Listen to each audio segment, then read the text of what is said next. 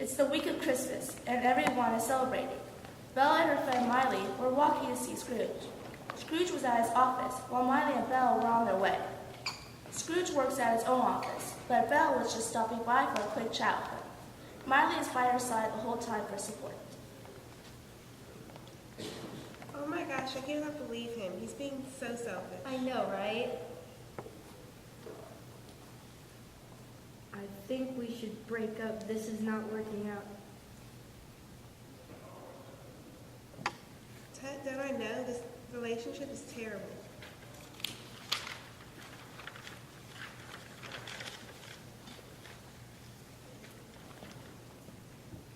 Beth, calm down. It's not that bad. He's just being selfish right now.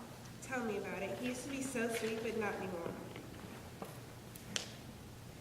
Belle, we need to talk. Yeah, we do. Just stand by me while I do this. Scrooge, I don't like the way you've been treating me, and how you don't care about anyone but yourself. You wouldn't even donate to St. Jude to help the little sick kids who are dying. How have I been treating you wrong? And I don't donate to them because they already have enough, and I already donate to prisons and poorhouses.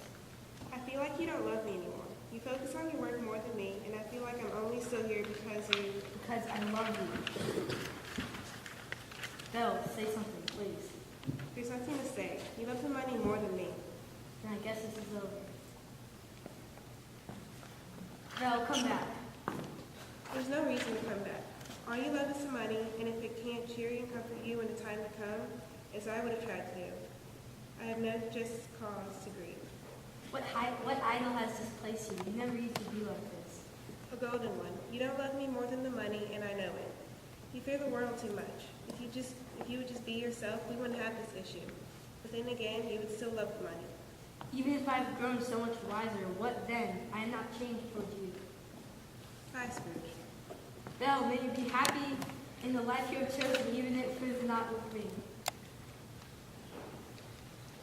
2 years later, Belle was married to her husband, DeAndre, and they had one child named Sharkeisha.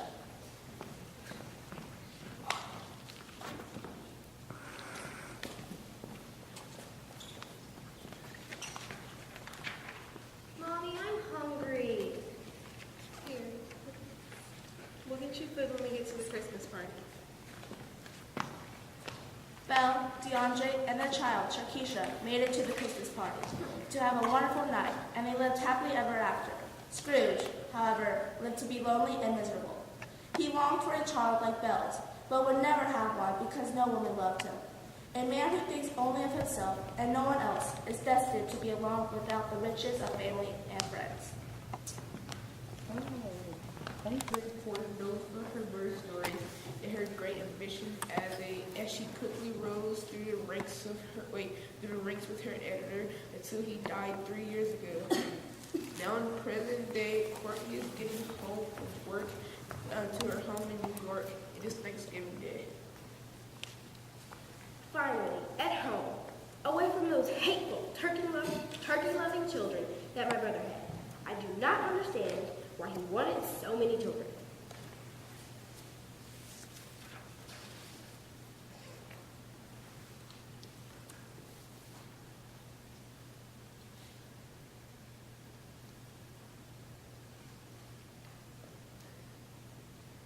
When Cody finally found our key store loft in Palmer, which is a luxury in New York, she noticed something on the tag that said that she owned the building.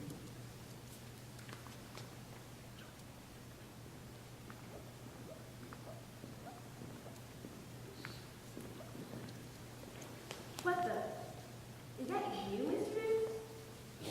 When Cody blinked, he was gone. The only thing different was that the tag was turned into a gold chain.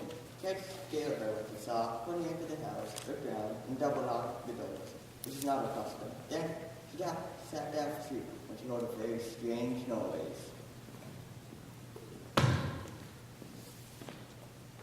What now? What do you want? Mike. Well, tell me when you learned who you were. In my life, I was the editor. Dude, Well, then have a seat if you can. I can.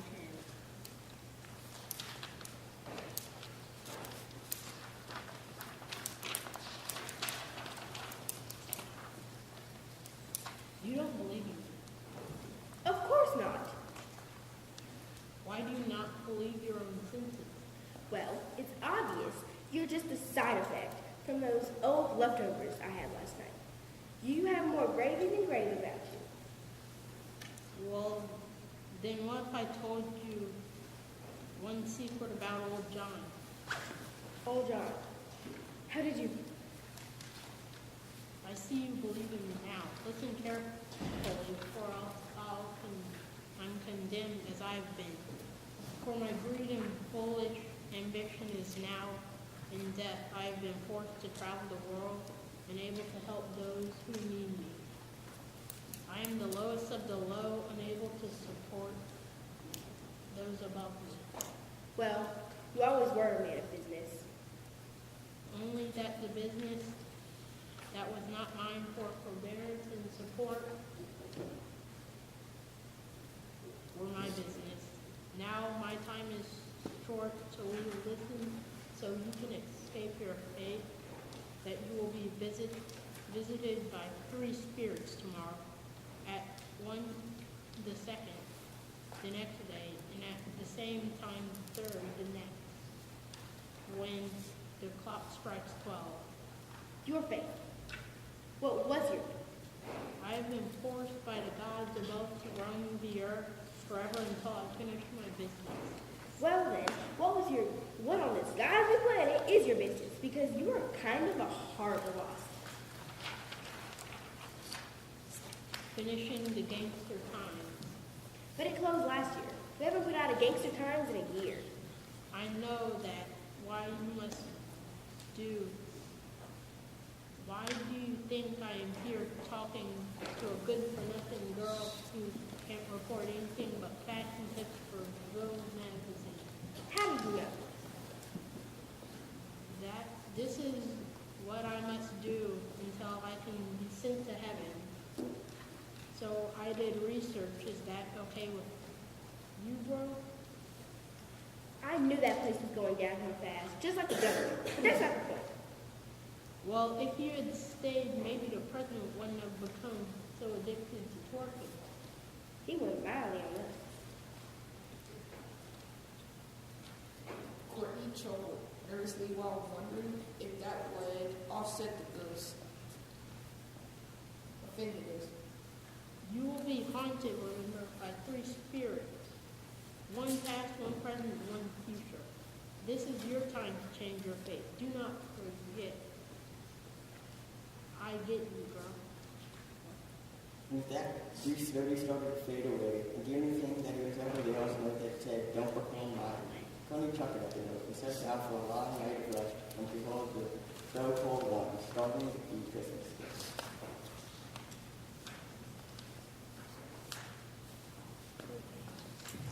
It's over. Scene. Okay. Thank you. Good job. It was a cold night when Scrooge awoke, and it was so dark that he could scarcely distinguish the opaque walls of his bedroom. To Scrooge's astonishment, his phone alarm went off, and it showed that it was 12 o'clock. But it's not possible. I couldn't have slept through the whole night and the whole day and into another night. What's wrong with my phone alarm?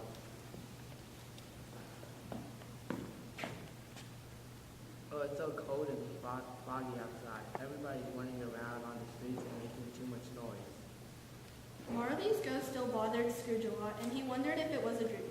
Scrooge remembered what Marley had said and how another ghost would come at 1 o'clock. Are you the spirit that of the ghost that Marley told me about? I am. The long past? No, your past.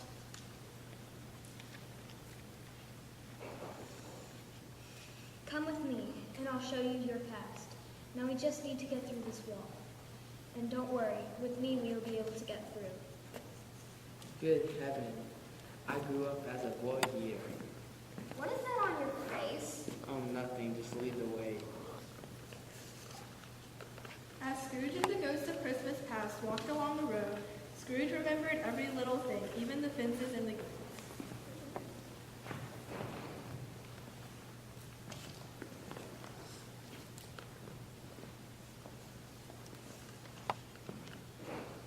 The school is not quite deserted. A child, ignored by his friends, is sitting there alone. They left the high road and approached a mansion of dull red brick. It was a large house, but it was damp and mossy, with windows broken and the gates decayed. The ghost and Scrooge went across the hall to a door at the back of the house. It opened, and it was an empty room. At one of the desks sat a lonely boy near a fire, and Scrooge sat down upon himself and cried to see his poor forgotten self as he used to. Look what he's watching on his iPad.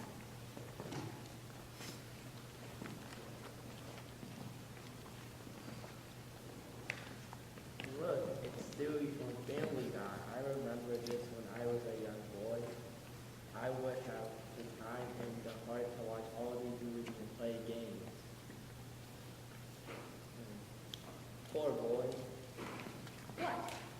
There was just a little boy trying to get money for a concert at my door last night. I should have given him money. That poor little boy. You should learn to become more charitable and give to others in the community as they have